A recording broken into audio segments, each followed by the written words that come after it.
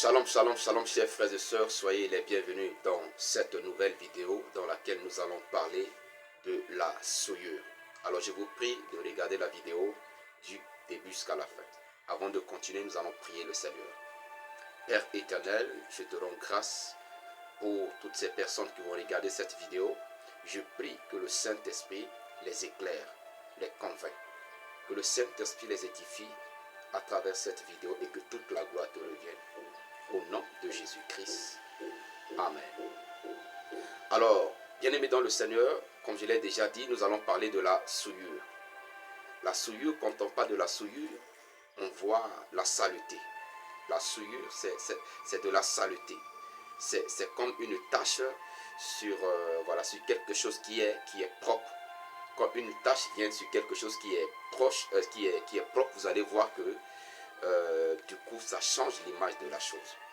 Alors, nous allons essayer d'entrer dans la parole de Dieu pour ne pas rester dans la littérature, pour comprendre au sujet de la souillure. Voyons premièrement le livre d'Apocalypse, le chapitre 21, le verset 27. Apocalypse chapitre 21, le verset 27, il est écrit « Il n'entrera chez elle rien de souillé, ni personne qui se livre à l'abomination et au mensonge. Il n'entrera que ceux qui sont écrits dans le livre de vie de l'agneau. » Déjà, la première phrase dit quoi? La première phrase, je répète, il n'entrera chez elle rien de souillé.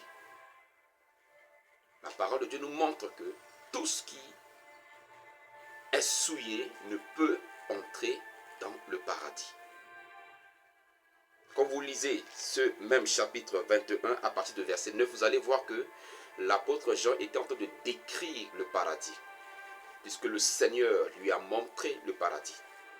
Il est en train de décrire comment le paradis est. Le paradis est appelé dans ce verset la Nouvelle Jérusalem. C'était présenté comme la Nouvelle Jérusalem. Et il décrit le paradis. Après avoir décrit la beauté, la pureté du paradis, il dit rien de souillé n'entrera dans cette ville, dans le paradis. Nous comprenons pourquoi dans le livre d'Hébreux, la parole de Dieu dit « Sans la sanctification, nul ne verra le Seigneur. » Alléluia. Alors, nous comprenons déjà que ce qui est souillé, une personne souillée ne pourra entrer dans le royaume de Dieu. Nous allons voir ce que Jésus nous dit au sujet de la souillure pour en tirer des leçons, pour voir, pour savoir qu'est-ce que nous devons faire. Allons dans le livre de Matthieu, le chapitre 15. Matthieu chapitre 15 du verset 17 au verset 20. Il est écrit, « Ne comprenez-vous pas que tout ce qui entre dans la bouche va dans le ventre, puis est jeté dans les lieux secrets ?» 18. « Mais ce qui sort de la bouche vient du cœur, et c'est ce qui souille l'homme. » Le Seigneur Jésus nous montre que l'homme peut être souillé à travers ce qui sort de son cœur. Alors que dans l'Apocalypse, c'est le Seigneur Jésus qui montrait à Jean que ce qui est souillé, un homme souillé ne pourra pas entrer dans le royaume de Dieu, ne pourra pas entrer dans le paradis. Et ici, le Seigneur Jésus nous montre clairement que l'homme peut être souillé par ce qui sort de son cœur. Le contexte ici, c'était que, vous savez, selon la tradition juive, avant de manger quoi que ce soit, un juif doit d'abord se purifier, doit laver la main. Mais on a remarqué que les disciples de Jésus, avant de mettre quelque chose dans la bouche, ne lavaient pas la main. Et ils sont venus accuser les disciples du Seigneur auprès du Seigneur Jésus-Christ. Et le Seigneur a dit, il a commencé à les enseigner, en disant que ce n'est pas ce qui entre dans la bouche de l'homme qui souille l'homme, mais c'est ce qui sort de la bouche de l'homme, car ce qui sort de la bouche de l'homme vient de son cœur, et c'est ça qui souille l'homme. Et le Seigneur poursuit en décrivant ces choses qui nous souillent. Je continue la lecture à partir de verset 19, il dit « Car c'est du cœur que viennent les mauvaises pensées. » Alléluia. Il commence déjà à montrer que l'une des choses qui souille l'homme, ce sont des mauvaises pensées. Bien-aimés dans le Seigneur, parfois les gens nous regardent beaux, les gens vous regardent belle, bien habillée, bien maquillée. Mais si on rentre dans vos pensées, qu'est-ce qu'on va trouver dans vos pensées? Est-ce qu'on va trouver de la pureté dans votre pensée? Ou on va trouver plutôt de la souillure dans votre pensée? Qu'est-ce qui est dans notre pensée? Il est parfois difficile d'essayer d'empêcher de s'empêcher d'avoir les mauvaises pensées. Mais quand les mauvaises pensées viennent, est-ce que nous nourrissons ces mauvaises pensées ou bien nous essayons de nous débarrasser? Quand les mauvaises pensées viennent, nous devons rejeter ces mauvaises pensées. Mais quand nous ne rejetons pas les mauvaises pensées, nous commençons à méditer là-dessus. Nous commençons à nourrir ces mauvaises pensées. En ce moment-là, on se souille devant le Seigneur. Et la Bible dit, rien de souillé n'entrera dans le paradis. Donc nous devons nous débarrasser des mauvaises pensées. Oui, je sais que par notre propre force, nous ne pouvons pas. Mais avec l'aide du Saint-Esprit, nous sortirons vainqueurs. Et d'ailleurs, c'est pourquoi le Saint-Esprit nous a été donné, sachant que nous ne pouvons pas plaire à Dieu en vivant selon la chair. Mais si nous marchons, si nous vivons selon l'Esprit, nous serons agréables à Dieu. Voilà pourquoi nous devons laisser le Saint-Esprit nous aider. Alléluia. Il continue encore. Après les mauvaises pensées, le Seigneur ajouta encore, il dit les mauvaises pensées, les meurtres. Les meurtres. Les meurtres nous fait quoi? Nous souillent. Alors, les meurtres ici, quelqu'un va dire que ok, je ne tue pas. Parce que selon la loi de Moïse, il est interdit de tuer. Alléluia, c'est interdit. Même dans les 10 commandements, c'est interdit. Mais qu'est-ce que le Seigneur Jésus appelle meurtre? Il dit, quand tu gardes ton prochain dans ton cœur, jusqu'au coucher du soleil, tu as déjà tué ces derniers. C'est ce que le Seigneur Jésus nous apprend. Il dit, ce n'est pas le fait d'empoisonner quelqu'un seulement qui constitue une meurtre, mais le fait déjà de garder rancune dans ton cœur, de garder quelqu'un dans ton cœur, d'enfermer quelqu'un par colère, par haine dans ton cœur, tu as déjà tué ces derniers. Le Seigneur nous enseigne par là que nous devons toujours pardonner, même à ceux qui nous ont offensés. Nous devons toujours les pardonner. Alléluia. Donc, vous voyez bien aimé dans le Seigneur. Donc, la rancune nous souille devant le Seigneur. Le fait de garder la colère envers quelqu'un dans ton cœur, cela te souille devant Dieu. Et si tu es souillé, si tu gardes cette colère, si tu demeures dans cette souillure, tu ne pourras pas entrer dans le royaume de Dieu. Nous devons toujours prier pour que le Saint-Esprit nous aide à se guérir des blessures de ceux qui nous ont offensés et à pouvoir les pardonner. Il faut toujours prier le Saint-Esprit de nous aider. Souvent, il y a des offenses qui font tellement mal qu'on se dit que non, je ne vais jamais pardonner cela. Quand tu dis je ne vais jamais pardonner, tu es en train de dire Dieu ne va jamais me pardonner. Parce que le Seigneur a dit, le Seigneur Jésus a dit, si nous ne pardonnons pas ceux qui nous ont offensés, le Père ne va non plus nous pardonner. Alléluia. Donc, bien-aimés dans le Seigneur, demandons toujours à l'Esprit de Dieu. Je l'ai déjà dit, de par notre propre force, on ne peut pas. Mais avec l'aide du Saint-Esprit, nous pouvons et nous pourrons. Alléluia. Donc, ne gardons pas la haine, ne gardons pas la colère envers quelqu'un dans notre cœur. Continuons. Après les meurtres, le Seigneur Jésus continue. Verset 19, le verset 19 dit, car c'est du cœur que viennent les mauvaises pensées, les meurtres, les adultères. Les adultères. Quand on parle d'adultère, c'est lorsque on est marié et on laisse notre conjoint pour aller envers quelqu'un d'autre. C'est de l'adultère. Et la Bible dit, cela nous souille devant le Seigneur. L'adultère nous souille devant le Seigneur. Bien-aimés dans le Seigneur, si vous vivez dans l'adultère, il est temps de vous repentir. Parce que vous vivez dans la souillure. Et si vous vivez dans la souillure, si la mort vous emporte aujourd'hui, si la trompette sonne aujourd'hui, vous ne pourrez pas entrer dans le royaume de Dieu. Alléluia. Nous devons vivre dans la sanctification. Je le répète encore, la parole de Dieu dit, sans la sanctification, nul ne verra le Seigneur. Et la sanctification, c'est le fait de se débarrasser des souillures de ce monde. Et le Seigneur Jésus nous montre clairement que l'adultère nous souille devant le Seigneur.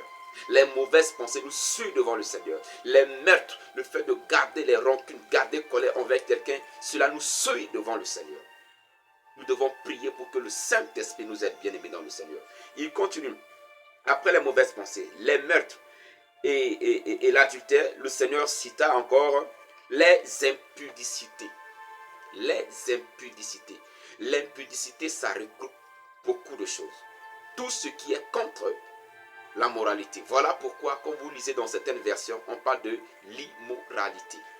Tout ce qui est contre le moral, tout ce qui est malséant, c'est de l'impudicité. Tout ce qui n'est pas bien, cela c'est de l'impudicité et cela nous souille devant le Seigneur. Tout ce qui est contre moral, contre la bonne moralité, cela nous suit devant le Seigneur. Le mensonge, cela nous suit devant le Seigneur. Alléluia.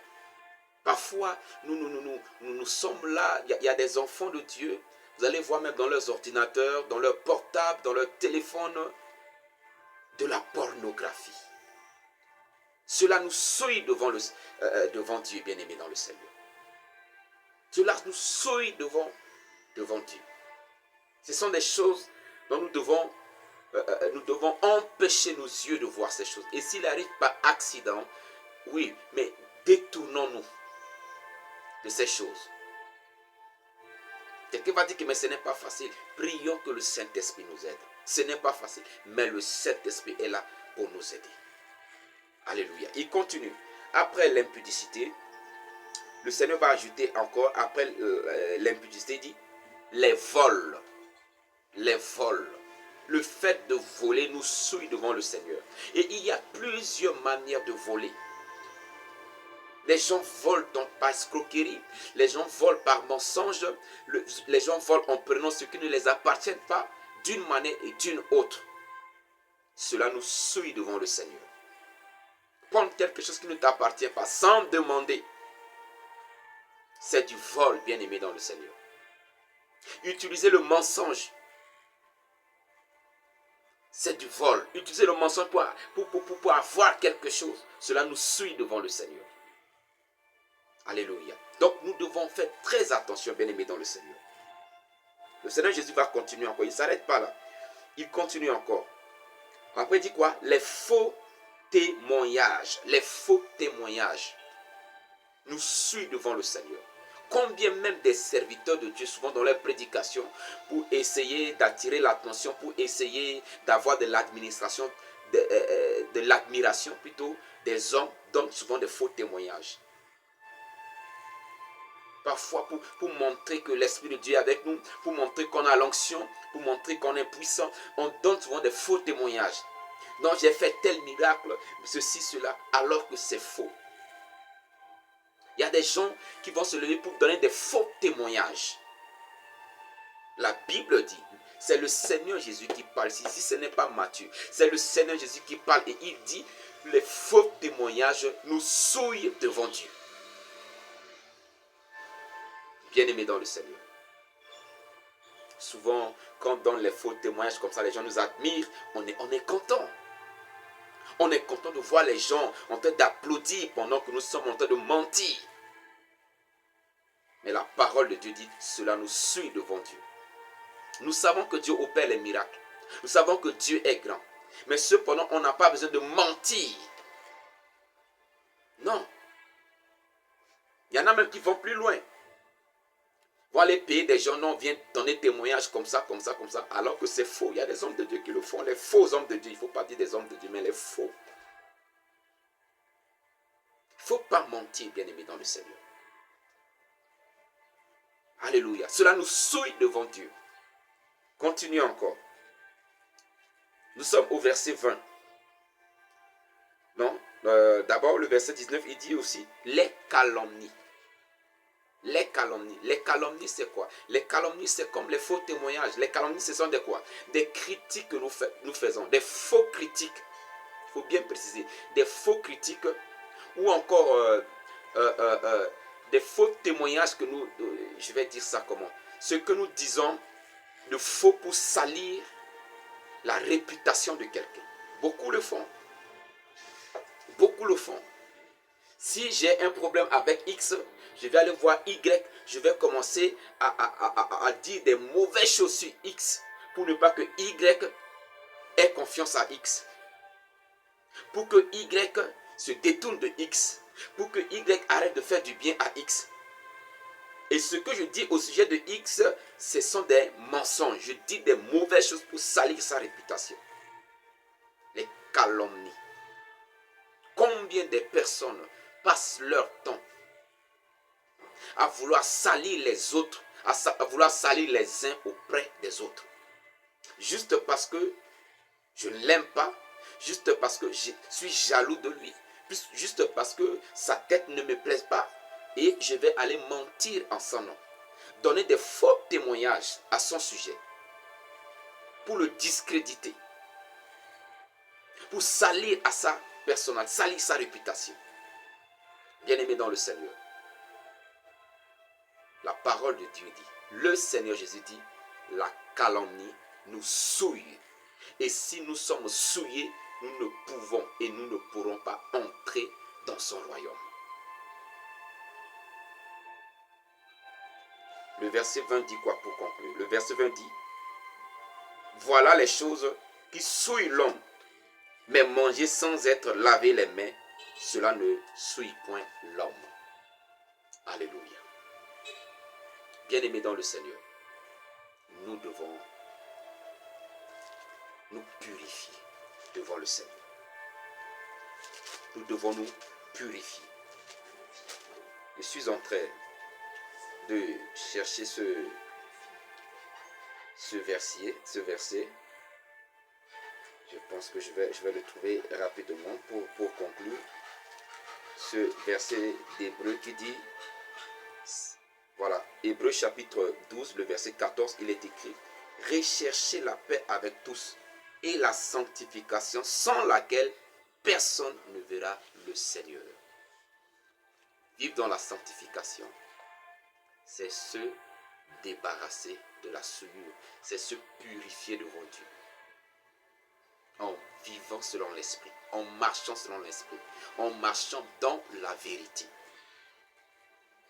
Le Saint-Esprit est là pour nous aider à marcher dans la vérité. Et la parole de Dieu dit, l'Esprit de Dieu nous conduit dans la vérité. Le Seigneur Jésus a dit aux disciples, dit, quand le consolateur sera venu, l'Esprit de vérité, il vous conduira dans toute la vérité. Mais si nous voulons marcher dans les mensonges, dans les calomnies, dans l'adultère, dans l'impudicité, dans ces choses-là, bien aimés dans le Seigneur, nous ne pourrons pas voir, nous ne pourrons pas entrer dans le paradis. Alors il est temps de se repentir de ces choses. Il est temps de laver nos robes dans le sang de Jésus-Christ. Il est temps d'être purifié par la parole de Dieu qui est la vérité et se laisser guider par l'Esprit de Dieu pour ne pas perdre ce précieux salut que le Seigneur Jésus-Christ nous donne, nous offre. Alors, abonnez-vous à notre page pour ne pas manquer nos vidéos.